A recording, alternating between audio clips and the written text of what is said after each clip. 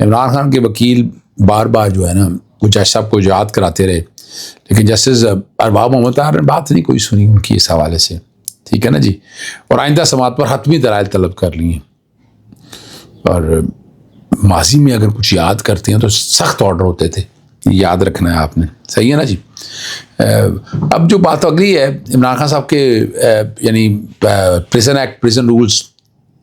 Universal declaration of human right, ICCPR، Nelson Mandela rules, Cairo declaration, یہ میں ذکر کرتا رہتا ہوں، عمل درآمد نہیں ہوا۔ کیا ہوا وہ اگر ہسپتال میں علاج کرانا تھا تو ہسپتال میں علاج کرانے کے لیے بھائی ان کے ورثہ کو ان میں سے کسی کو تو ساتھ رکھنا چاہیے تھا، نہیں، بن بتائے یا چلے بتا کے بھی ان کی مرضی کے ساتھ لے بھی کے پھر وہاں پر موبائل رکھنے کی اجازت نہیں تھی، CCTV فوٹیج کی لائٹیں ساری وہ بند کر دی گئیں، کیمرے سارے بند ہو گئے، پتہ ہی کسی کو نہیں کیا ہونا ہے، ٹھیک ہے نا جی۔ اور پیمز اسپتال میں کیا گیا، اور قانون کے اب یہ جتنے بھی ہیں قانونی تقاضے کے منافی، ٹھیک ہے نا جی، اور پیمز اسپتال میں آنکھوں کی جو ہے نا اعلیٰ ترین علاج کی سہولت نہیں ہے، اور ماہر ڈاکٹر بھی دستیاب نہیں،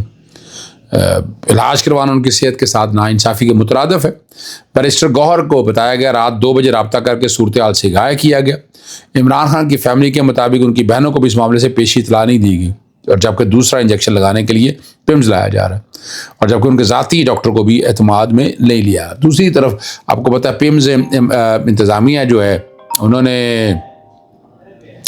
انتظامیہ نے عمران خان کو آنکھوں کے علاج کے سلسلے میں اسپتال لایا گیا، جہاں انہیں VIGF انجیکشن جو ہے دوسری خوراک دی گی، اور اس کے قبل جو ہے نا کارڈیالوجسٹ اور فزیشین نے کہہ رہے ہیں طبی معائنہ بھی کیا، اور ایکو کارڈیوگرافی اور ECG سے تمام ٹیسٹ نارمل آئے، اور ماہر امراض چشم جو ہے نا اور جو اس کے سرجن ہیں انجیکشن ڈے کیئر سرجری کے طور پر لگایا، اور انتظامیہ کا یہی کہنا تھا کہ جو علاج کے حوالے سے وہ بات کر رہے ہیں۔ بعد میں عمران خان صاحب کی طبیعت جو ہے نا مستحکم رہی ہے، اور ضروری ہدایات اور فالو اپ مشوروں کے ساتھ ڈسچارج کر دیا گیا۔ یہاں کہاں بتایا گیا،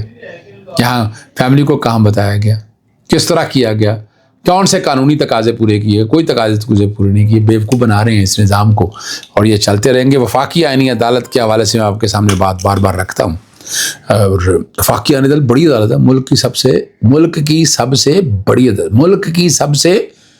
یار یہی تو بتا رہا ہوں کہ ملک کی سب سے بڑی عدالت ہے، کہ وکیل اگر وہاں پیش نہیں ہوئے، سپریم کورٹ میں پیش ہوئے تو سخت برہمی کا اظہار کیا ہے جسٹس حسن اظہر رضوی صاحب نے۔ انہوں نے کہا کہ آپ اعلیٰ ترین فورم ہے، وفاقی آئینی عدالت جو ہے نا اسے طرز جو عمل ہے مناسب نہیں ہے کہ وکیل یہاں حاصل دینے کی بجائے سپریم کورٹ پیش ہو جائے۔ انہوں نے کہا یہ وکلا کو پہلے آئینی عدالت میں آنا ہے، یعنی اب کیا بات کہہ رہے ہیں، ٹھیک ہے نا جی۔ اور بصورت دیگر اگر ایسا کوئی ہوا، بصورت دیگر ایسا ہوا، غیر حاضر ہوا نا وکیل، تو پھر مقدمہ جو ہے وہ خارج کر دے۔ اس سے پہلے آپ کو پتہ ہے آرڈر آ چکے ہوئے ہیں کہ جناب وفاقی آئینی عدالت جو ہے وہ جو تشریح کرے گی وہی حتمی ہے، سپریم کورٹ کی کوئی نہیں۔ سپریم کورٹ کے فیصلے جتنے بھی ہیں وہ ایک سائڈ پہ رکھ دی، ایک نئی ناولٹی دی ہے، بڑی زیادتی اور ظلم میں سمجھتا ہوں آج بھی یہ سپریم کورٹ نے جو دیا ہے، جو ڈائریکشن دی ہے وہ حتمی ہوتی تھی، ہمیشہ سے ہم یہی دیکھتا ہے، لیکن اب نئی پالیسی کے ساتھ، نئے نقطہ نظر کے ساتھ یہ باتیں ساری جو ہیں وہ ہو رہی ہیں، اور جواب پھر آپ لوگوں کے دیکھ رہے ہیں۔ ہمارا تو کام ہے آپ کو بتاتے رہنا، یہ بتاتے رہیں زیادتی ہے، یعنی آپ جو مرضی آپ کہنا چاہیں، جس مرضی لائن میں لے کے جانا چاہے، ٹھیک ہے نا جی، لیکن ٹھیک ہے وفاقی آنے کا پہلے وہ تو ٹھیک کر لیں ان کا سڑک پار کرنے کا، پھر یہاں وکلا کے لیے گاڑی کھڑی کرنے کا، بہت سی ایسی باتیں میں نے جو آپ کے سامنے رکھی ہیں۔ اور آخری بات جو ہے نا جس میں تعریف کر رہا ہوں، آپ کو پتہ ہے لاہور ہائی کورٹ میں جو ہے نا ساہیوال سے 4 سال قبل لاپتہ ہونے والی لڑکی کی بازیابی سے متعلق درخواست پر سماعت ہوئی۔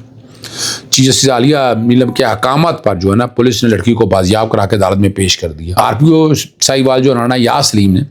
لڑکی کو چیف جسٹس کے روبرو پیش کیا، عدالت کے حکم پر اس کے اہل خانہ سے ملاقات بھی کروائی گئی، اور عدالت میں جو انہوں نے لڑکی نے کہا کہ اس نے مرضی سے شادی کی ہے، بیان ریکارڈ ہونے کے بعد عدالت نے اس کے شوہر کے ساتھ جانے کی اجازت دے دی۔ چیف جسٹس نے RPO ساہیوال کی بڑی تعریف اور کارکردگی کو سراہا گیا،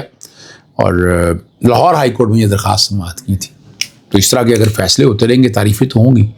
مگر اس طرح کے فیصلے نہیں ہوں گے تو پھر تعریف کون سی ہوگی، ذرا یہ سوچیے گا۔ اگر آئین اور قانون کی پاسداری کے لیے نا، یعنی ابھی فی الحال لوگوں میں، یعنی مجھے بہت سے تحفظات ہیں ہائی کورٹ کے حوالے سے، میں ہائی کورٹ کے طریقہ کار سے میں نہیں سمجھتا کہ ہائی کورٹ کے میں جو نقطہ نظر ہے میں ان سے اتفاق ہی نہیں کرتا بہت سی چیزوں کے حوالے سے۔ اس کا تذکرہ میں بار بار کرتا رہتا ہوں، میں ایک ایک چیز بتاتا رہتا ہوں آپ کے سامنے، دیکھیں آپ آئین اور قانون کی پاسداری کریں تو لوگ آپ کی تعریف بھی کریں گے، لیکن جب آپ آئین اور قانون کی پاسداری نہیں کریں گے پھر لوگ تعریف نہیں کریں گے. جی بالکل، پھر لوگ تعریف نہیں کریں گے. اجازت چاہتا ہوں. السلام علیکم. اللہ حافظ. پاکستان زندہ باد.